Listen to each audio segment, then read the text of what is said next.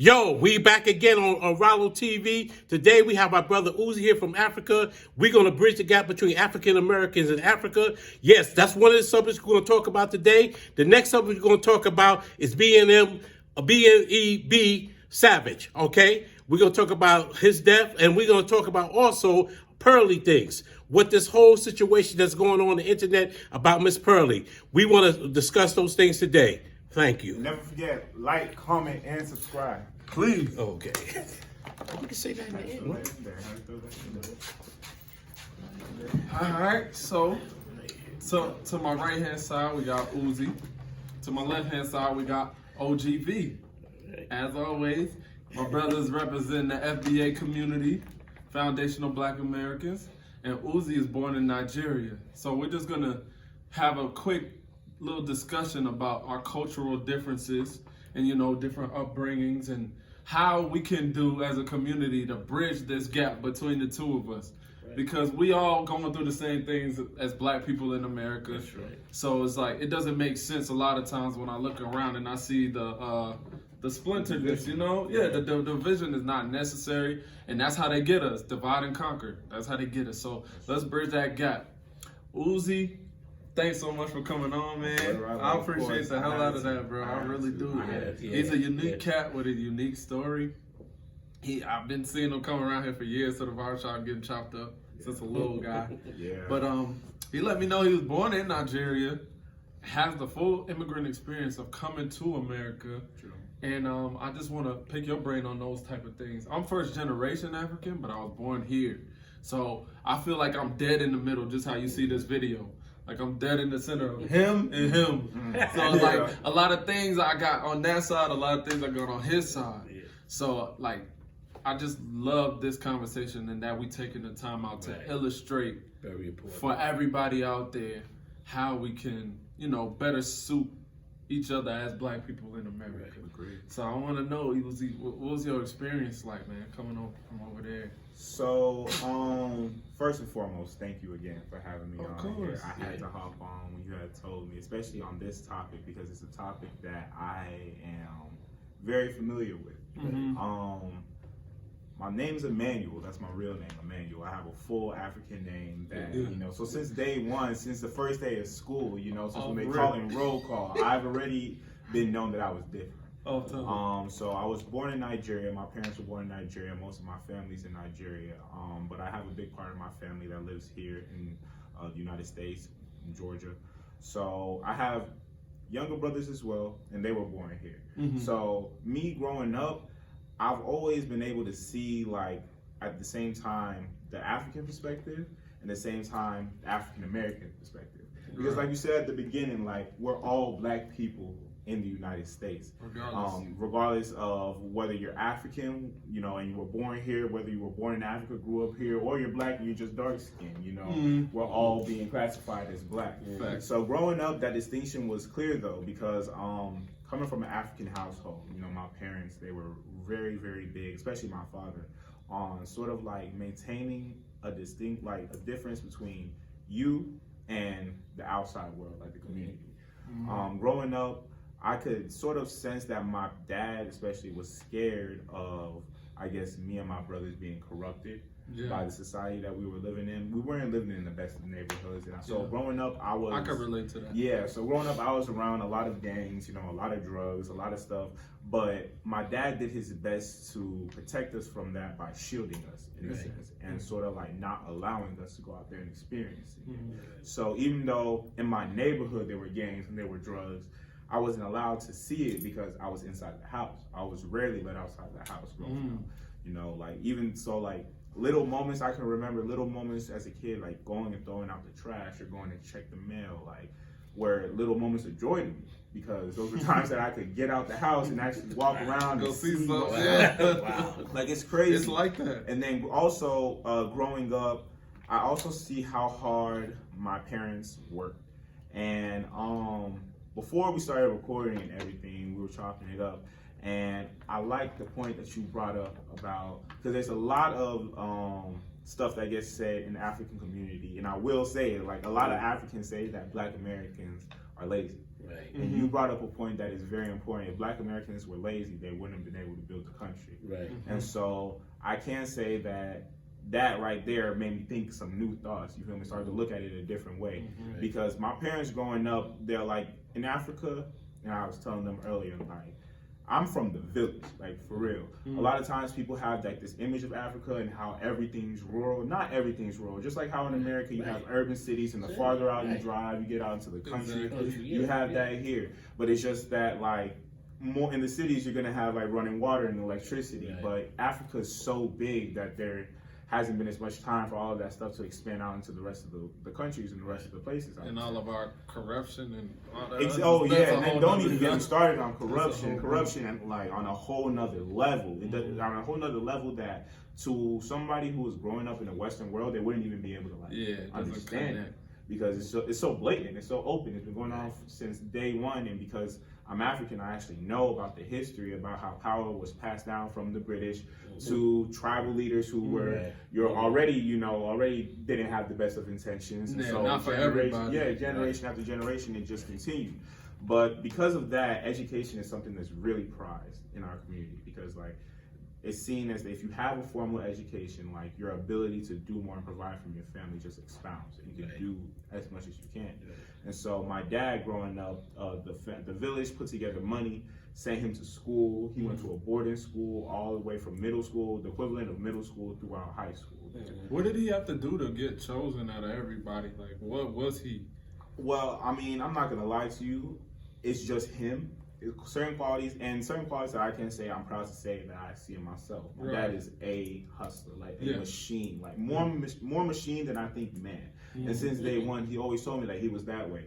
The way he got it, like it wasn't even through the village; it was more so through the church in the village. So like he was he grew up in the Catholic church, so he had to show up before. So he was the mass boy, so he had to show up before mass, make sure everything's set, and doing all this stuff. Right. So he's getting up at 3-4 o'clock in the morning, Just a walking disciplined miles. man. Yeah, just a disciplined man. And so Yeah. they say, you know what, we're gonna reward this discipline and we're gonna send him off. You know, Mm-hmm. because their whole thing is That's a they great want point. somebody to go out and make it.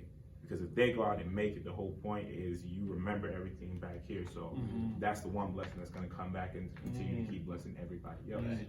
And so that's one thing my parents pushed a lot on me growing up. And then growing up in Nigeria, my parents, you know, they had that beginning, but they went to school and they got an education. All of my aunts, all of my uncles, they all went to school and got an education. That was one thing on both sides of my family that my grandparents were really, really firm on. Yeah. And so, but the downside to that is in Nigeria, my parents were loyal, distinguished. So I don't have memories of it. All the memories I have are from here, from the United States. But growing up, my parents used to tell me maids, drivers, and all that stuff because labor is cheap and there's so many people in Africa.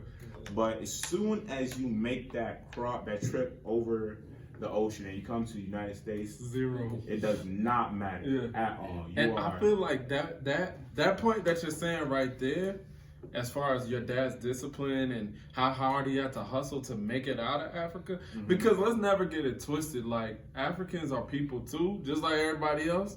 So like I feel like there's a sense of like, oh, these Africans, they're gonna come here and grind so hard because that's just how they are. But when I went back home last year, and I just you see a lot of like the same stuff you'll see here. Dudes just on the corner not doing nothing all day. So it's like it put in my mind like, yo, my parents were elite to even make it over here in the first place, right? Right. So you take that high, achievement mindset and integrate it into the lowest parts of society when they do make it here. Because my father left like his father left with a degree. Oh, He was a okay. full college graduate, Right. a bachelor's in economics and something else. But established man, took the time out, studied hard, worked hard, just to even get a shot to come. And once he makes it here to the States, he's working at McDonald's. Yeah. Why is that? Dude, What did they don't care nothing doesn't about matter. So it. that so Because they it's don't the racism. So they don't acknowledge the They don't care. degree. On a certain It's level, the it's racism out there. but it's not even that because I can say this: having gone to public school in Gwinnett County and also having gone to private school, the curriculum is different. So when you think about America, America is very American. We have our system. The rest of the world uses the metric system. Right. We don't. We have our own American ways of doing things. That is true. And so the education is different. The rest of the world runs off this British system. So my parents, they speak British English. They don't say trunk, they say boot. They don't say elevator, they say lift. Things like, they don't say vacuum, they say hoover. Things like that. And so at the end of the day, you can have a degree in that society, but that degree doesn't equate because the American culture seems like they're the top standard. Yeah, America's In all a about certain America. way they are in the world. The rest of the world measures themselves up to America. So when it comes to America measuring everyone else up, unless you have the same American degree, it does not matter. So my dad was a lawyer, like distinguished. Like at his wedding, he always used to show me like pictures. So at the wedding, he points out a specific guy who was vice president of the country at the time because they went to Nigeria's version of Harvard. That's the school they all graduated from. And so it really puts you into a perspective because like growing up, my dad, he always had that dream of becoming a lawyer again here in America. So he had to pass that bar exam, you know, but he came over here with 2 kids, had 2 more kids, and then he was an immigrant. He could barely speak English. So at the end of the day, he got a security job and used to work nights. My mom was working during the days and he would work more because my mom was a lawyer too. So he wanted to make sure that she gets her. And then that's where the culture comes into play because there are specific ways of doing things. And like in a American household, traditionally, man is the breadwinner. That's true. But not in the same in the African household. But in African cultures or the cultures that aren't Western, if you are a man and you aren't providing for your family, you're seen as a failure. So the risks become that much more. Much heavier, right? It's not just failure from your family, it's failure from your friends, failure from your parents. Because Africans really, it's so rough That's a out lot there, of shame. they don't care. They're ready to throw you out if you're not doing enough. So that adds extra pressure to it. And so I see, and I'm not gonna lie to you, and it's something that only recently as I grew up and I became my own man, I started to understand my father, that I understood, because I literally watched a man that preschool, I have memories dating back to preschool. And in preschool, I can remember my father, and he was much more happier. Face looked much more lighter. I remember going to Chuck E. Cheese's. But over the years, after working nights after nights, passing the bar exam and failing, taking bar exam and failing, taking bar exam and failing. To make matters worse, my mom ended up passing before him. So then now he's taking it and he's failing. Now he's comparing himself to her. So then that adds more pressure, turned him into a bitter person, a very angry, more resentful person. And so I can see just the difference, you know, on that aspect. But you know something? This is something that's been going on even in America with American men. True. The system have allowed women to excel over men. And it brings that kind of pressure to men, American men too, because a lot of times, you know, certain jobs that traditionally we would have, they would put the woman ahead. So it causes conflict in the household because you got men that's saying, hey, listen, man, you know, I qualify for this job, and they're not able to get it. So I think the system, white supremacy system, does certain things by design to keep, for some reason, to keep black men at a certain point where they can't achieve where they want to. And my heart goes out to your father, man, because I know that's tough, man. That's tough for any man, man. And I do security work, and I do cleaning, and sell shirts. I do, I'm a podcast. Podcast. I'm a hustler. We hustlers, man. So I understand that to know that you came from this, and then you have to come from where you was as a royalty, and to come to like a level of where you feel like, wow, I qualified to do this, and it's to me, it's like, it's not fair, it's not right, and I just say as overall, I say, I don't understand, like I said, I haven't been to Africa yet. I plan on going, this and that, I grew up in New York, a melting pot of different people and everything like that. So really, this is my first time really sitting down with a brother from Africa and really hearing what your experience is about. Yeah. You know, and you telling me this, man, I'm like, damn, man, wow, that's tough, man. That's tough.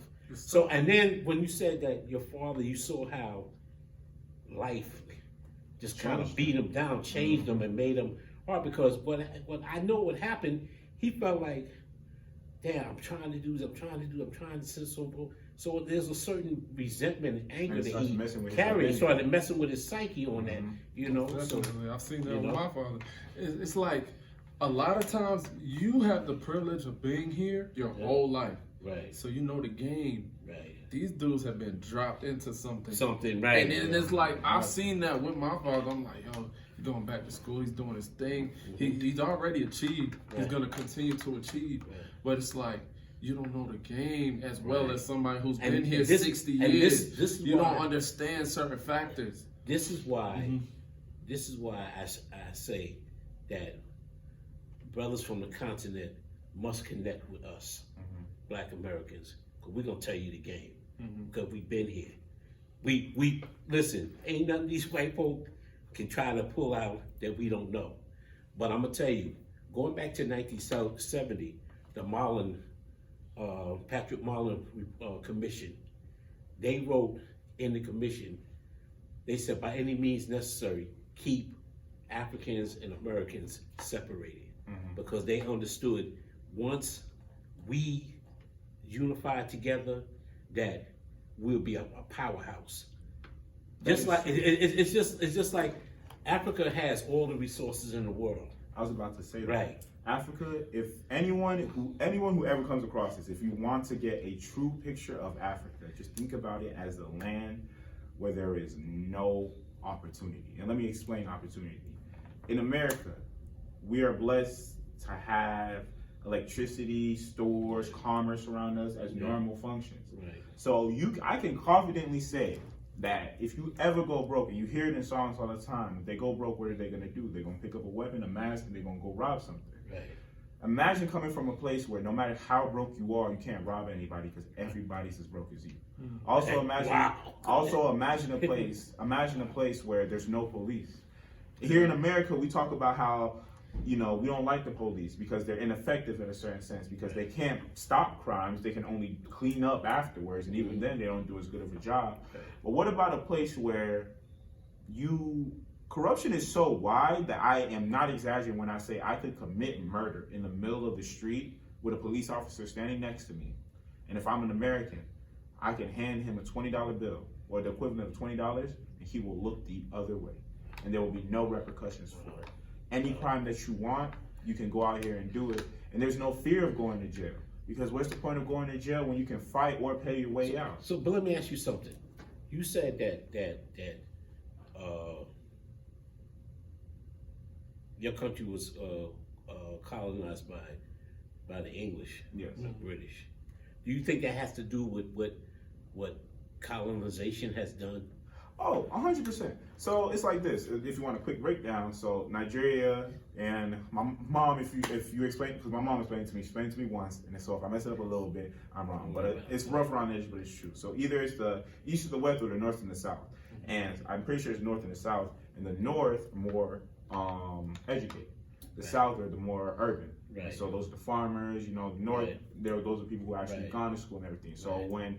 and this is like after the British have come, they've already colonized, and now it's at that point where they have to hand power back into the Africans. And the only reason they did that is because it is getting too expensive to keep these people in check. There's Right. too much going on. We're not making enough money. It's the same reason why the British wiped their hands off of America, is because it wasn't profitable Right, at that right, point. right. And so, at the same time, when you think about it, if you've been in power for this long and you are being forced to give up power, you're not doing it out of choice. Right. Are you going to hand over power and be mindful of those people and be conscious of the way your actions are going to affect them? No.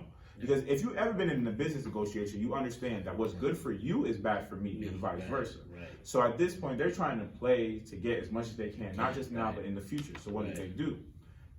In theory, if you want a country to flourish, you should give the power to the people who are educated, because educated people make the best decisions. If you're making a decision without any education or any knowledge, that's called an ignorant decision. Right. That's not what they did.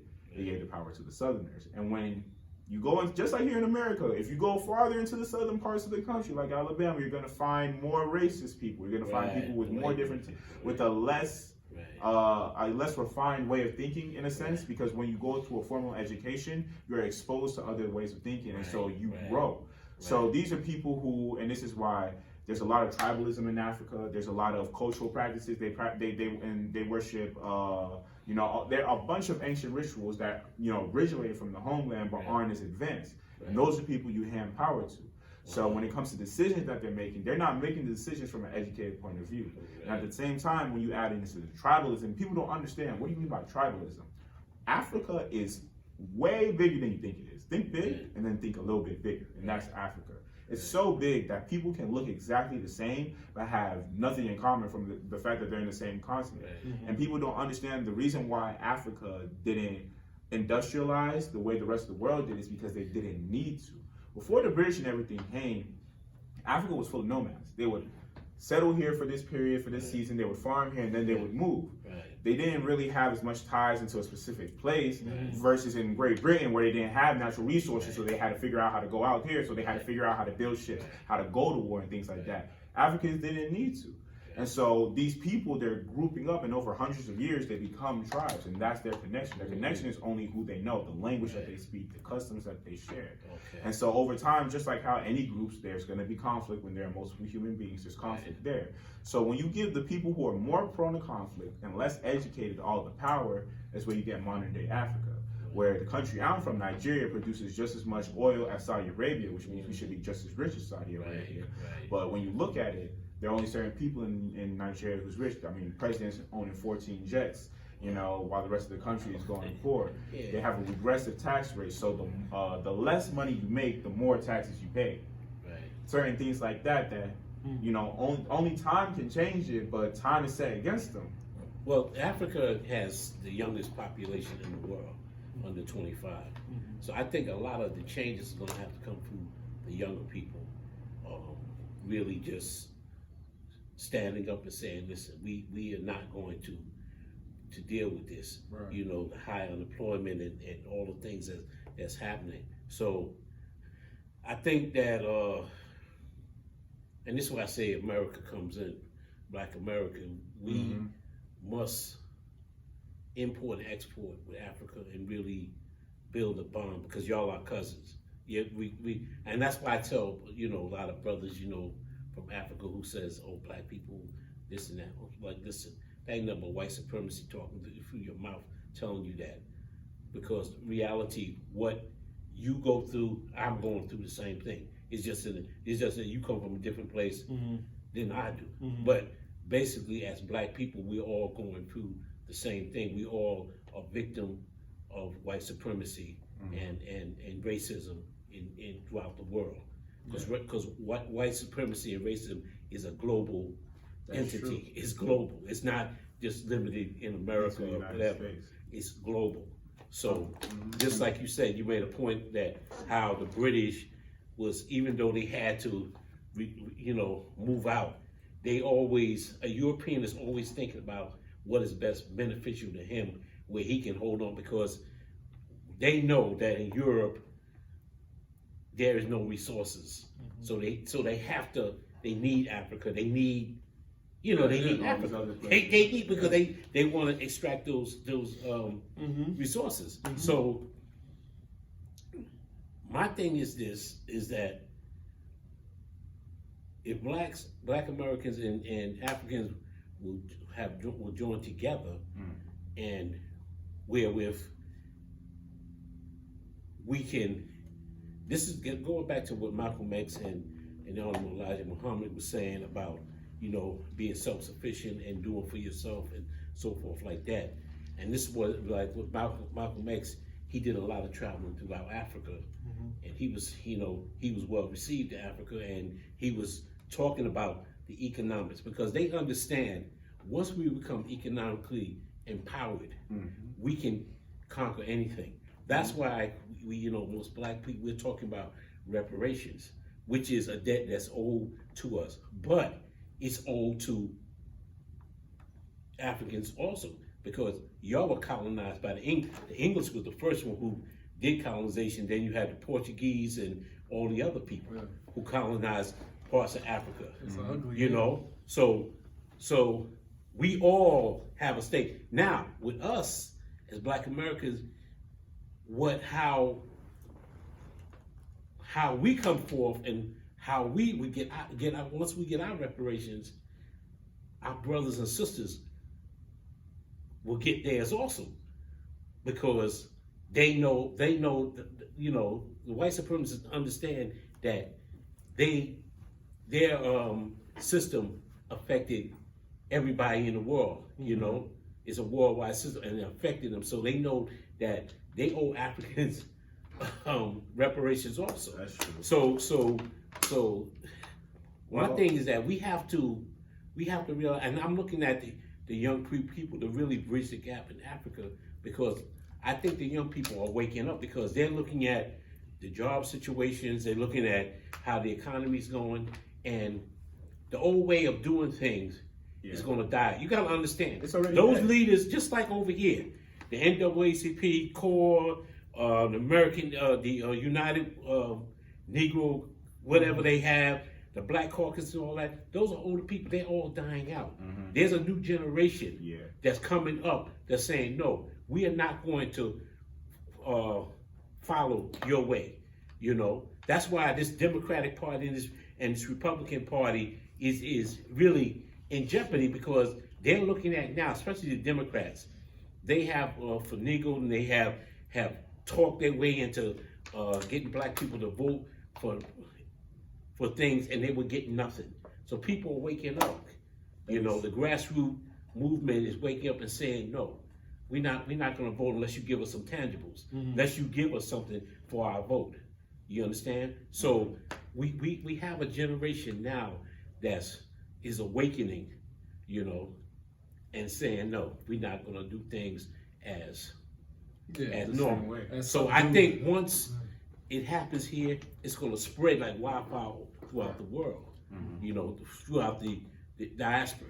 Well, You know, because that's my concern, the diaspora. I can agree and disagree on some of those words, and I'll expound on it. So, I feel like, okay, first, to explain like the difference between Black and African, because you're right. I truly believe that Black Americans are the lost tribe of Africa. Everybody in Africa, wherever you're from, you belong to some type of tribe. I believe that Black Americans are, because I'm Tribe the of honest. Judah and Benjamin. Most of this knowledge I got came from when I went back to school. My mom forced me to go back to school. I wanted to take a year off after I graduated to figure out my life, because COVID sort of threw everything up into a jumble, because I got exposed to so much of the world that I just didn't understand. And I realized I could really do anything I ever wanted to do. And so going back to school, it was a blessing from God, because I literally randomized my schedule, and I was like, okay, whatever they give me, I'm gonna go with it. So I ended up getting English, art appreciation, and history of the world from 1500 until now. If anyone wants to learn anything and actually gain real knowledge, take history of the world. Go to your local community college. Everyone offers it. Take history of the world from 1500 until now. And and my brain just exploded, because I'm a naturally inquisitive person. I ask questions. And so I've always wondered, how did the world become how it is now? And so when you go back to 1500 and you think about it, 1500 isn't that long ago. No. When you talk about the whole world, we're talking about 1500 AD. This is after Christ is born. So you got all of BC with civilization. So most of the developments that we have in the world are new. And so I go back and I started learning about how, over time, the people who have had power in the world, and like I said, racism and the world that we know it literally started because of the lack of natural resources in Europe. If Europeans had natural resources, the world would be completely different. They would have never had to go out and go get them. Right. And so over time, there have been a lot of things that have been planted in both Africans' minds and Black Americans' minds about what they need to think of the other side. And because I've grown up in an African household, I know those. And when I was 15, I started living with my mom, and my mom's like really chill. She lets me pretty much do everything. So that's when I started going out and experiencing the world. Got into a lot of trouble over that I'm 20 now, so that's a 5-year run. Right. And I only straightened out after I hit 18. So those 3 years, I learned so much of the world. But Africans look at Black Americans and they say that Black Americans are like lazy. They say that Black Americans are lazy. They associate a lot of drugs, a lot of guns, a lot of the negative parts of America to Black Americans. Right.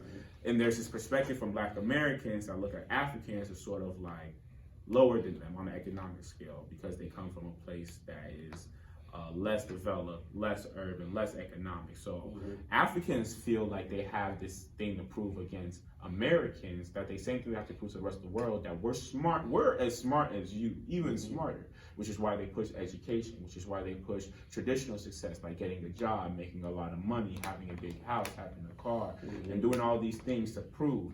And I feel like it's the same thing on the Black American side. They're trying to prove, Black Americans prove that they aren't. And what you said earlier, they're not lazy. I guess the difference here is the image of success.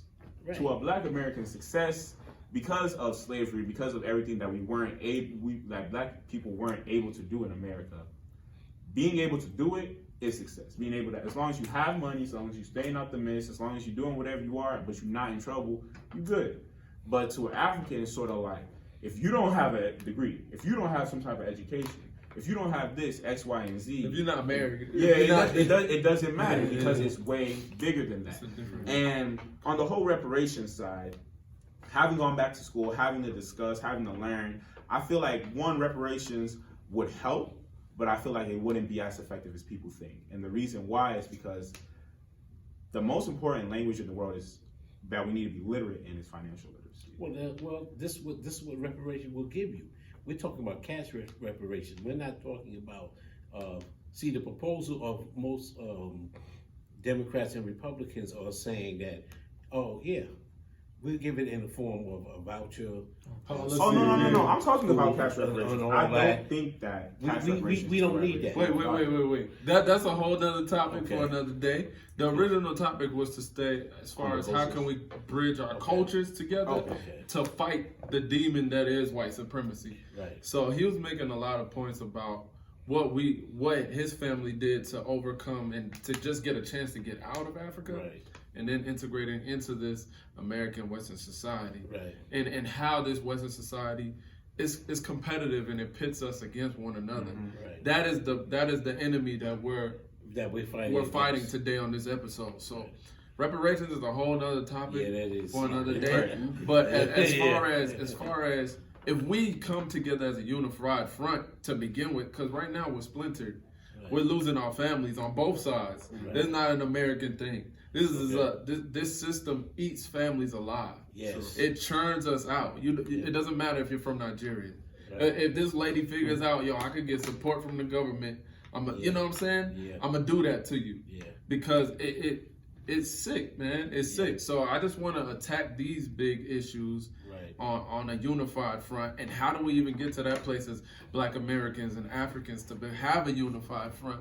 I know from my father's experience, because I talked to him about these things, he came over here as a college-educated man. He was 28 years old, so he was like, closer to his manhood, almost at his prime. But he integrated into like working at McDonald's and working at illegal factories and stuff with a bunch of Mexicans that don't speak any English. He came over here speaking English. I know that's a whole nother history lesson, but he came here speaking English. That so many people just assume that Africans don't speak English. Yeah. But you from Liberia? Yeah. So the original, they know that. You know that, right? They know that? Right. The free African that was over here settled in Liberia. So they already spoke English over in Liberia. Right. What the problem was some of the Africans that got over there that really was some conflict. It got crazy. Yeah. But y'all can do the Googles on that. Right. But as far as his experience, from what he tells me, how it was immigrating from all this achievement, they're not letting guys who are just street hustlers immigrate to America. They're not. These are high achievers that that are even having a chance to Right. put their bid in to come. So the fact that he was that stature of man, stature, you know, like I wasn't that. I was like a street dude. I try to get mine. I work with my hands. So like I might have never even had a chance. But my father, being who he was, had that opportunity. And like your father was. and that's also was by design because they didn't want certain Africans to come over here. Of course. It's like the Jewish Malema. They don't want him over here. Yeah, They yeah. bring him over here 'cause So- he too radical. Exactly. So Exactly. they want a certain They want a African handpick. people, right? Who they want who won't buck against the systems, so to speak. Exactly. You know? Right. That's a great way of looking Right. at it. Right. But But then so- they don't want to give them what the education called for in their country. Which, if you're a man, if you're a lawyer, whatever, this and that, okay, you're a lawyer in your country, like you say, your father was a lawyer. Why couldn't they just had started him in a law firm and let him take the bar and Oh, and so do No, this hold and on, that? hold on. Before we continue on to that point, what I'm trying to say as far as the conflict and why we have conflict is the matter of how we integrate into this place. Right. You know, so I feel like if I was a lawyer like your father and I had to go to McDonald's in the hood Right. and work with black people who think I'm a coon, you know what I'm saying? It causes a natural friction. Right. You don't Right. even African understand me. discretion. Right. You All don't, this stuff. You And don't then- understand me, and one and two, I don't understand Right. you. So That's why I now say this is communication. where Right. this is where things get choppy. Right, Because right. it's like you're living in a place where there's drug dealers all around you, but back home you never saw that kind of culture. right. And it's not to say that all African Americans are like that. No, but no, you no, don't no, no. immigrate from Nigeria and live next door to Oprah Winfrey. Right. Yeah, You that's don't 100%. immigrate from Liberia Yeah. and live next Yeah, door to no. Tyler Perry. Yeah, you're That not doesn't going happen. nowhere That good doesn't unless happen. You got start family. at go. Yeah. And so Yeah. what you see at go in the projects is horrible. It's Right. horrendous. It's not representative of the best of African Americans. Americans. And on Right. top of that, Right. when you do re-enroll in school, if you decide to re-enroll in school, they're not going to teach you about the best of African Americans. Right. They're going to play a game of keep away the whole entire time. Right. And we need to sit here on this podcast and abolish those lies. Yes. Because these are lies. Yeah. That's what this is. Right. These are lies. And Right. we are here on this platform today to abolish those lies. As a Nigerian brother, as a brother from New York with roots from South Carolina. He taught me so much about African American history, and it's just like, dude, I never even knew that. Like, I would have never known that. Being the fact that I have two immigrant parents. They don't know that. And they don't. Another thing, we got to put the blame on Africans a lot of times, because it's like once you become privy or you have a chance to learn, you should learn. Don't be ignorant. Don't chase after the corporate structure that's gonna reject you anyway Right. because of your skin. Right. Try to build with your brothers. I believe in that because we Yeah. all fighting the same fight. That's right. If the enemy of my enemy is my friend, I believe in that. Mhm. You're not about to just get so good buddy with your enemy that all of a sudden he forgets y'all enemies. That's It's right. not gonna happen. That's not gonna happen. So we have to look to each other Right. and see how we Right. could avoid those pitfalls. Right. You know what I'm saying? There's no reason why. Bridging the gap. There's no reason why we not employing each other. Right. You walk into a black-owned restaurant. How many African immigrants do you see working in there?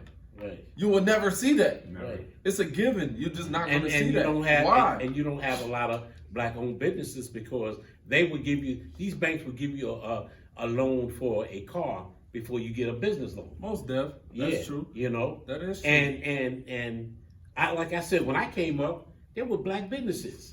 Mhm. You know, in your community. Mhm.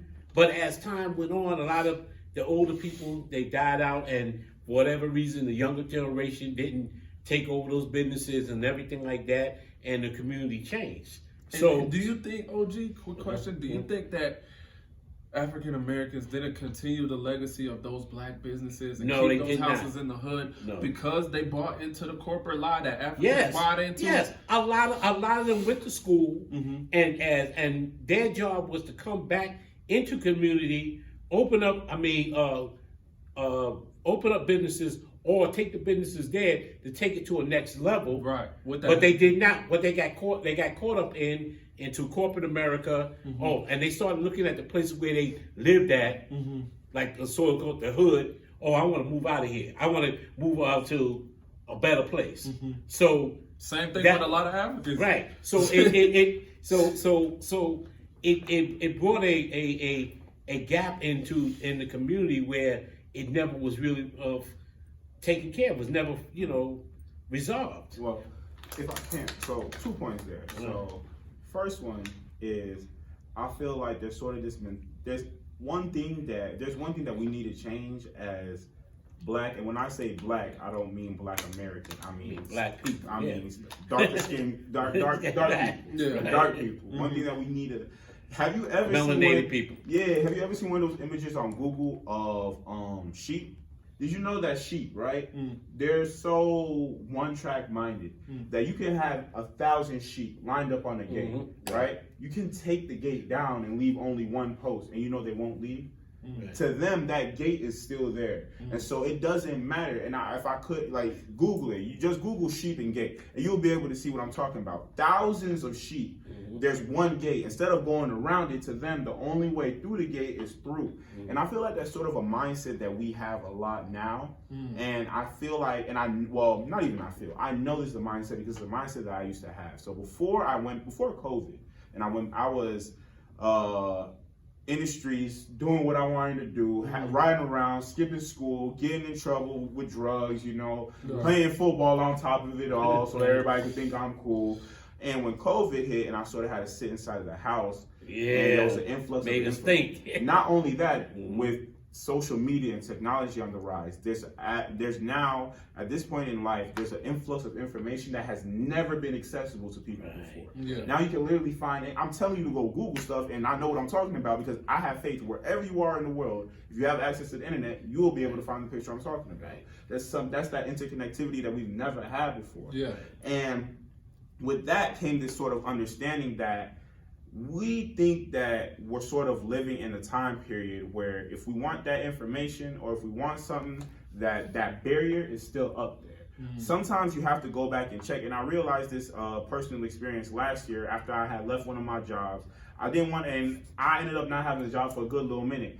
Until one of my friends asked me, why don't you go back over there? And I was like, oh, it was my old manager. That's the reason why I had left. It was my old manager. She's still there. It's still going to be a bunch of trouble, da-da-da. And it was my friend's little sister. She was like, what if she's not there anymore and she retired? And just like that, the light bulb changed because you're not going to know if the fence is down until you go and try to look. I went back. Turns out she's not there. I'm working for 6 months now. And so it's like the same perspective exists because a lot of times this information, like I'm 20 years old. My LLC turned 2 in February. I run my own business. I can say on top of going to school and working part-time, I run my own business. What kind of business you got, my brother? I run a sneaker resale business. I take it out, and I wasn't into sneakers at all growing up. It's just because I saw how much money people were putting into it, and I educated myself on it throughout COVID and being access to all that information. So a lot of that information is still out here. I feel like if I'm 20 years old and I work a regular job just like everybody, I drive a hoopty, I drive an 05, we're in 23.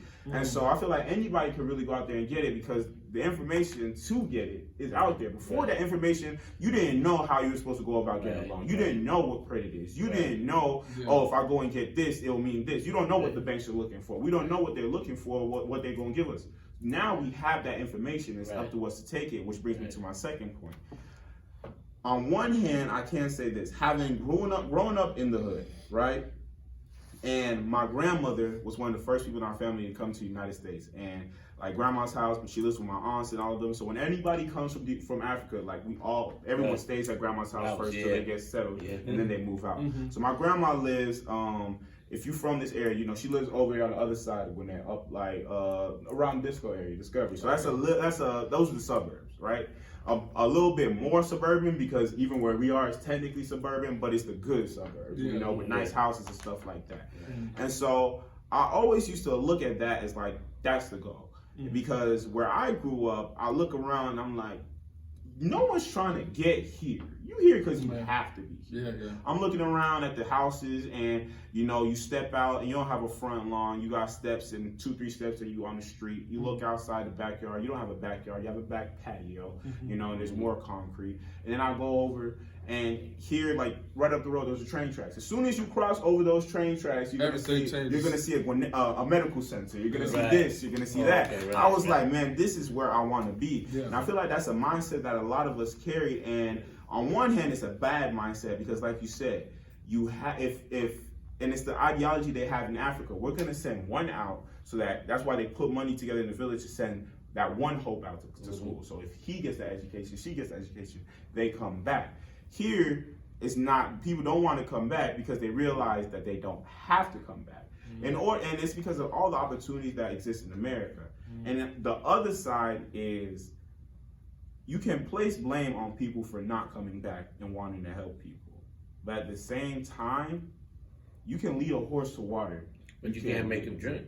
That's right. And with all the information that's available right now, the question that arises is, does anybody really have an excuse not to go out there and get it for themselves?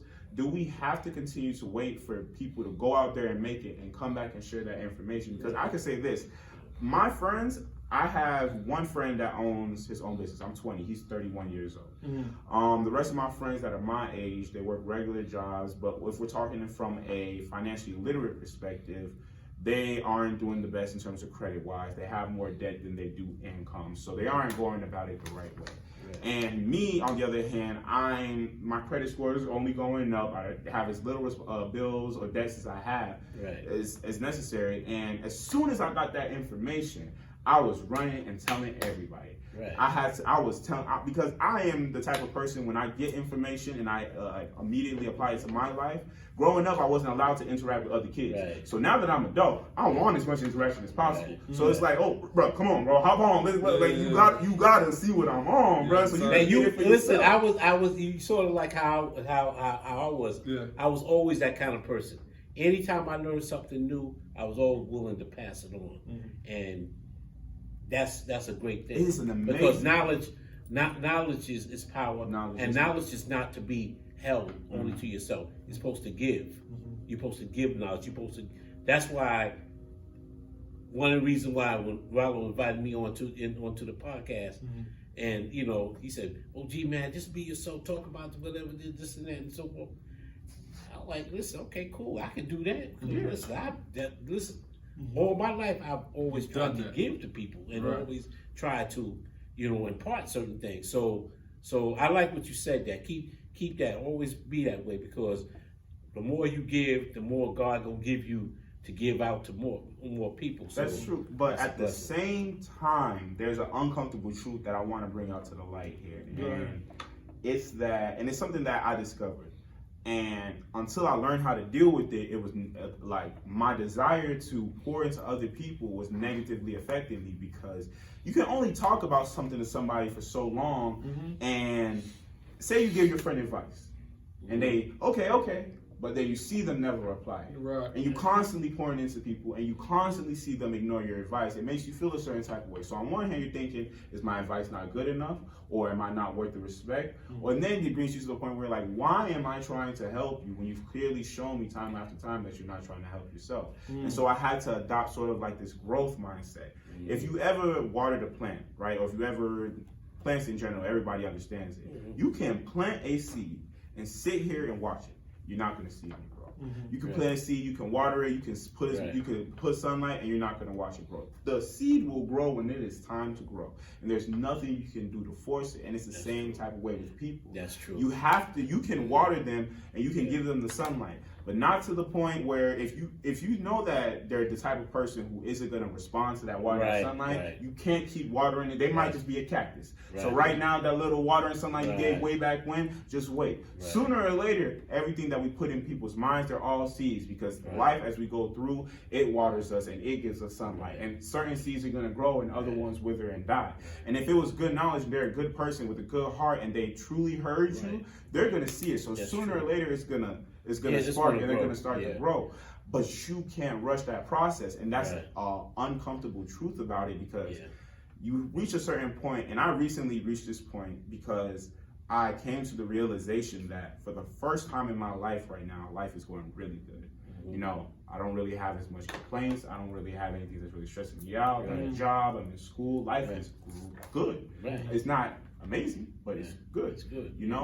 And I realized in order for people to get to that next level and go to great, there's sort of like, you know, when a rocket ship gets blasted into space, there's a certain part that has to detach. And that last detachment is able to push itself out of orbit. Because the people you interact and you form your life experiences around become your life. It's a routine. Just like your life is literally what you do, who you talk to, and how you do it. So when you interact with people of those sorts, they're going to keep you in their orbit. So the more you keep interacting with somebody who isn't receptive to what you're saying, who isn't learning, isn't picking up, sooner or later, and that keeps you in that orbit, that's what you call a dead orbit. There's no growth there because you're the smartest person in the room and you're speaking to people who truly don't want that information. So there has to come a point where you detach, and that is where and it's a loss of identity is what I think is what prevents people, especially in the Black community, from coming back and helping, because you have to detach yourself to grow. Everyone knows that. You can't grow in groups. Everyone's their own person. They have their own paths.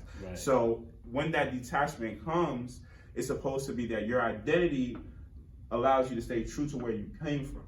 And no matter how far you go, you know, you still remember where you came from. So at the end of the day, no matter what you get, you know where your home is. You know where your heart is. And I can see that in the African culture because, like, the stuff that my dad taught me growing up, as a 20-year-old man, I find myself, and I live with my mom and my brothers, we all live with my mom now. So I'm finding myself be a miniature version of my dad to my brothers because I see how the stuff he taught me helped me in my life, and now I'm continuing to pass it down. And it comes back to identity. In America, there are so many things that are trying to give you or take your identity. The streets want them, gangs want them, schools want them, different cultures want them, sports want them. Everything in the world, they want your identity. They want you to be a part of them because there's strength in numbers. So the more people you have underneath this one umbrella, the more powerful we are. And so coming from an African perspective, where your identity is tied to not what you are, but who you are. That's why names have a lot of significance. A lot of times people see these long African names, they don't understand that these are literally sentences written out in different languages. That my name Emmanuel, it means God with us. So every single time from day one when my parents were telling me, this is what your name means, this is what your name means, they're reinstilling that identity inside of me.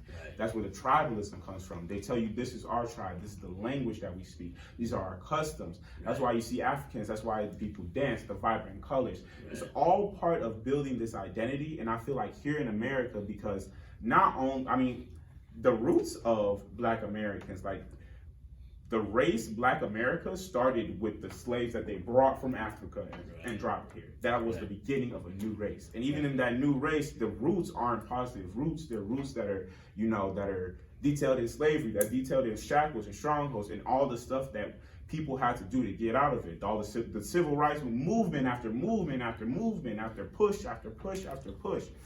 There hasn't been enough time, I think, for Black America to truly get an identity. And I feel like that's the first part. Once Black America realizes who they are, and like I said, I feel like Black Americans are the lost tribe of Africa. What does that mean? People go back to Africa, they see how people are able to take nothing and make it into something. You go on Instagram and scroll through your feed, you're gonna see a random kid building a car out of cardboard or whatever.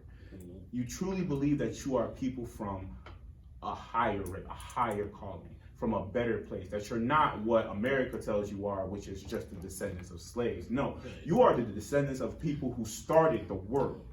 And when people start to realize that, and not only realize that, because when it becomes your identity, it's deeper than just thinking. It's your processes. It's the way you walk, the way you talk. Then that change comes, I feel like. Well, see, that's why I say go back to what the Honorable Elijah Muhammad said, do for self and do for, and we are the most creative people in the world. Most of the inventions that you see was created by us. Oh yeah, also sidebar before, did you know, and just anyone, because I didn't know this until I went back to school, did you know that if you are Black in America, yes, you are the minority in America, but not the minority in the world? Did you actually know that white people are the minority in the world?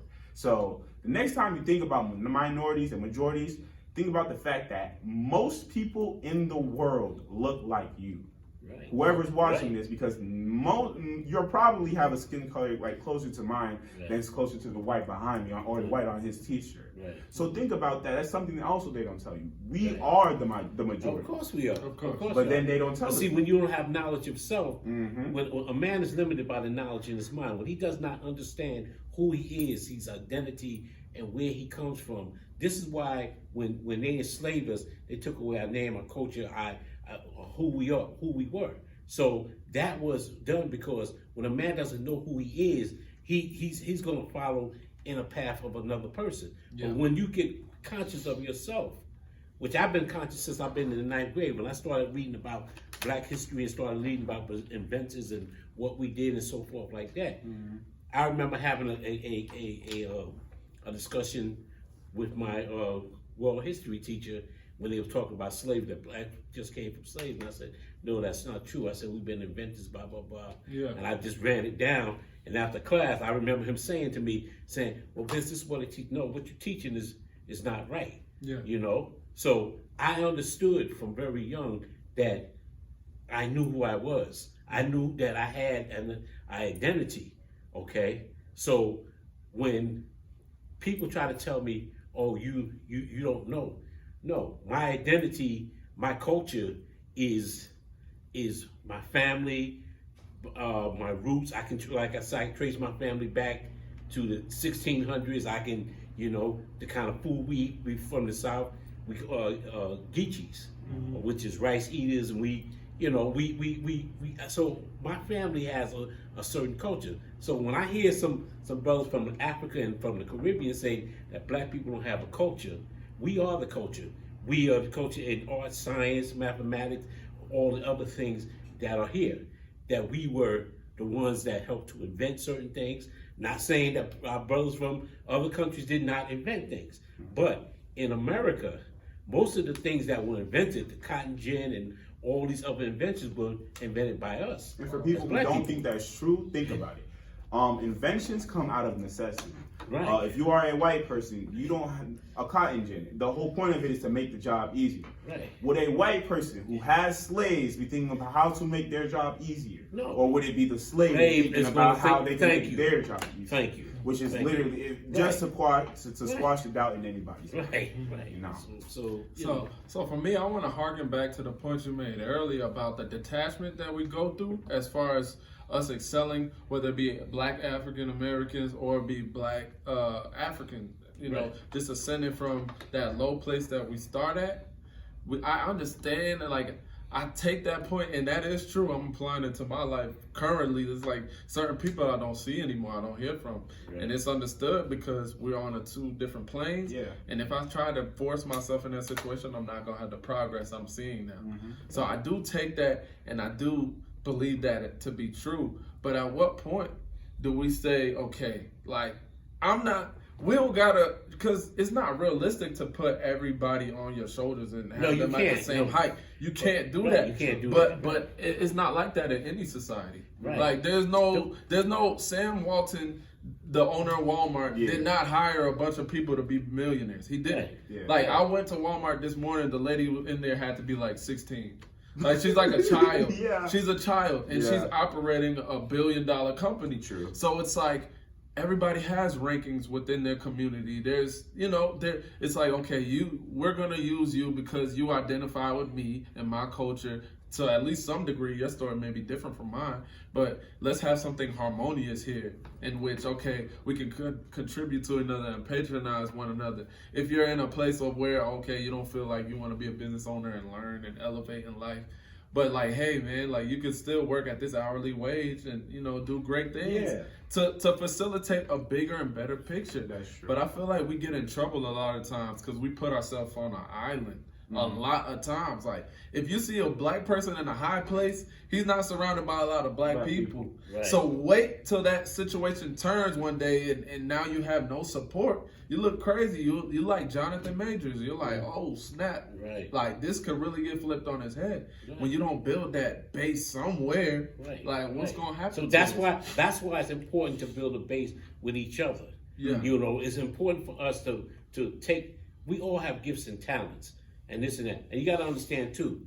2/3 of us are not going to make it to make it as far the Pookie and Ray Rays. Yeah, they're not going to. Yeah. They're not going to make because Right. they're not going to have the mindset of economical power and development and growth. And okay, growth. They don't want so like you said, there are a lot of people that will start a journey with you, but don't mean that they're going to be on that journey to the end. to the same place. Right. No. And just like I remember telling God years ago, I said, God, send the people in my life where I can be a blessing to and they can be a blessing to me. Now, there's some people that you're going to come across, you're going to be a blessing to. They're going to receive what you got to say, but everybody's not going to receive everything you say. So those who receive it is going to, like you say, it's going to grow as a plant, and they're going to take the knowledge and run with it. Yeah. Now, there's some people, they'll hear your knowledge. You can talk to them all day and all night. They're not going to do it. So what do you do with those? You leave those people alone, leave them. But the person who receives what you're giving them, they're going to take it and grow with it. They're going to, like God says, Most High says that He gave this one talents, 2 talents, 3 talents, and one took the talent and grew with it. The other one hid the talent. So there's some people who are not going to receive everything that you have because it's not meant for them. Right. It's not meant for them. True. So the people who receives these things, they're going to grow from it.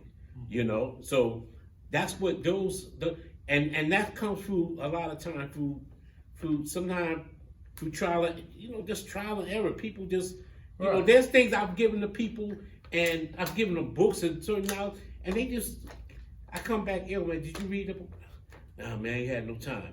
Right. Then you ain't really You ain't about trying to this. make it, yeah. So give me that book back. Let me give it to somebody who's going to be useful and is going to benefit them. I feel like so I guess your question here is what will they have to take for us to get to this point where we are flourishing, where people aren't going on that island, staying on that island, but people are going on getting and it's bringing it back. about a broader picture. Like success, a lot of times for Black people has been shown as individualistic, but that's not. Right. That's not gonna get us to where we need to be. Yeah, So, cause LeBron is a perfect example. Dude did amazing for himself, but he also put his boys in position. Yeah. You Right. can't be Right. you can't be me. Good. But guess what? Good example. You make Right. a great living doing Yeah. what Right. you do. Right. You don't got what I Rich got, Paul. but you're cool. And people Right. don't understand it. So I feel like, I was like that doing- detachment is necessary. I know that they did not train with LeBron every summer. They couldn't. It's like, dude, you're just not that. You're not me. So But what he saw in them, he saw that Rich Paul and others. Rich Paul was a great agent. He's one of the greatest agents out there. So he said, "Listen, I'm gonna send you school to be Do an that. agent. I'm gonna send you this And one." that's what So it he had a select crew of guys that he saw something in them and he helped develop them. And they went on to do their thing. So what we have to do as individuals, there are certain things that you may come across a guy that's working with your business. He's a good marketing guy. So you might be in a position to help him develop that skill. That's what it is. So that's what we have to do with each other. Everybody's not going to have the ability to do the things you have to do. But if they have a gift and talent that can be used and developed, we have to do that. And as I look at the Black Wall Street, back in the 1920s was destroyed. There was over 100 Black Wall Streets across the country.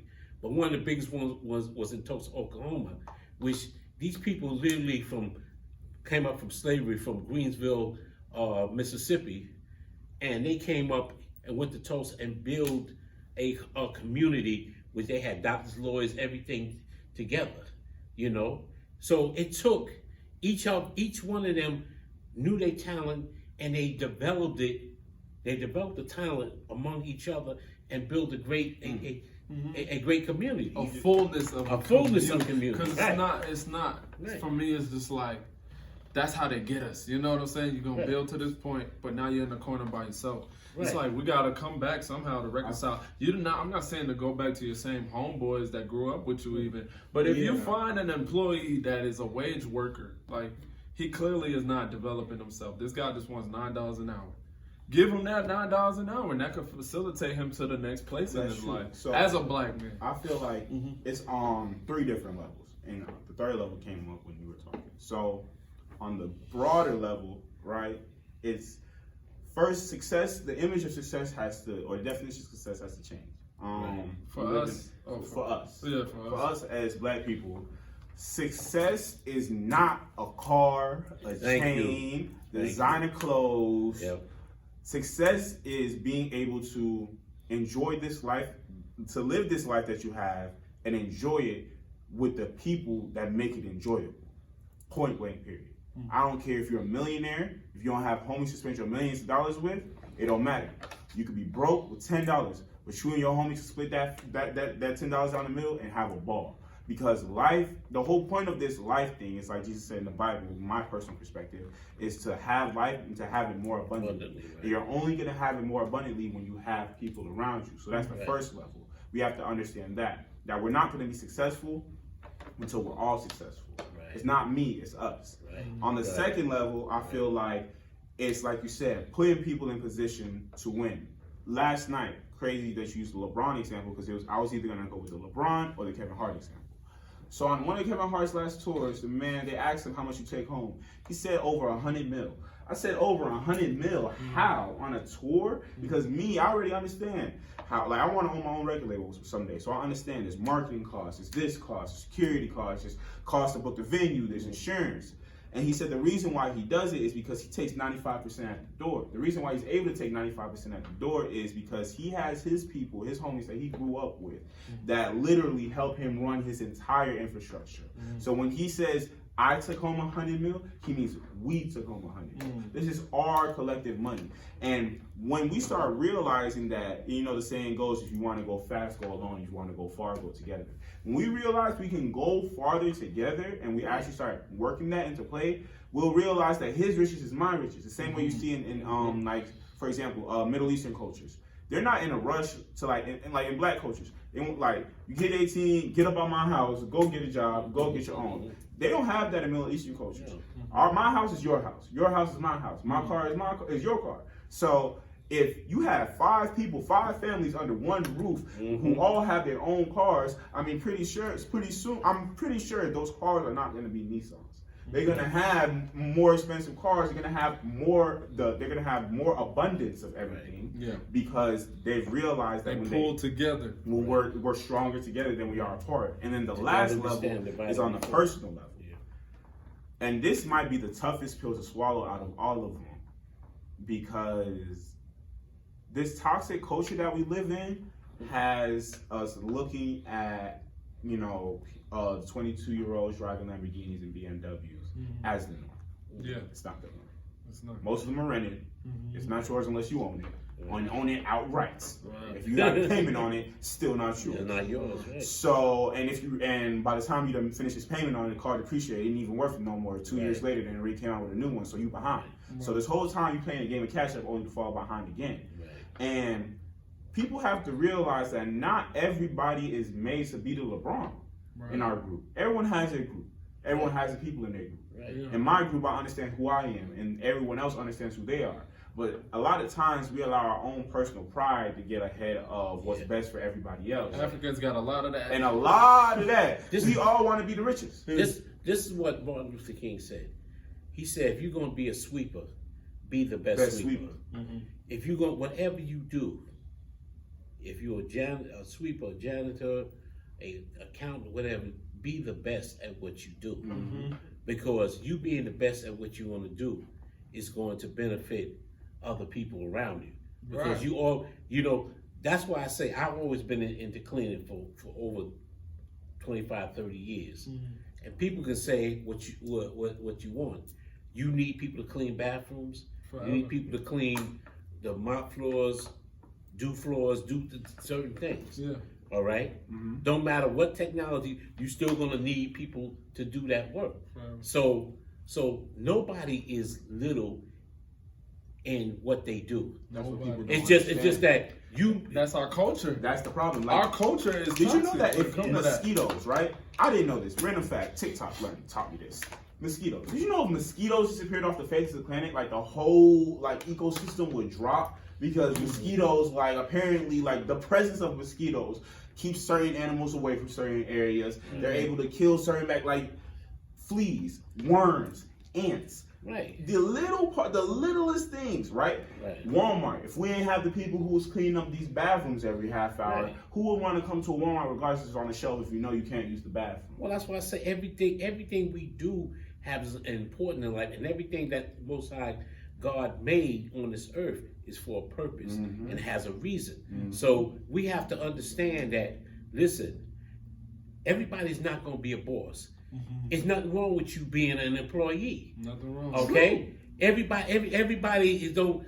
You know, everybody's not going to have maybe the same ambition that you have, but doesn't mean you don't have ambition. Right. It just means that you are who you are, and we have to respect each other for what we bring to the table, Most definitely. And respect All right. ourselves too. and respect And ourselves. don't think that just because, like a lot of times, and I'm gonna challenge anybody because at the beginning of the year I took a fast from social media because one, I looked at my iPhone. I challenge anybody who's watching this who has an iPhone, go on your iPhone, go to your settings, and see how much time you spend on those social media apps a day.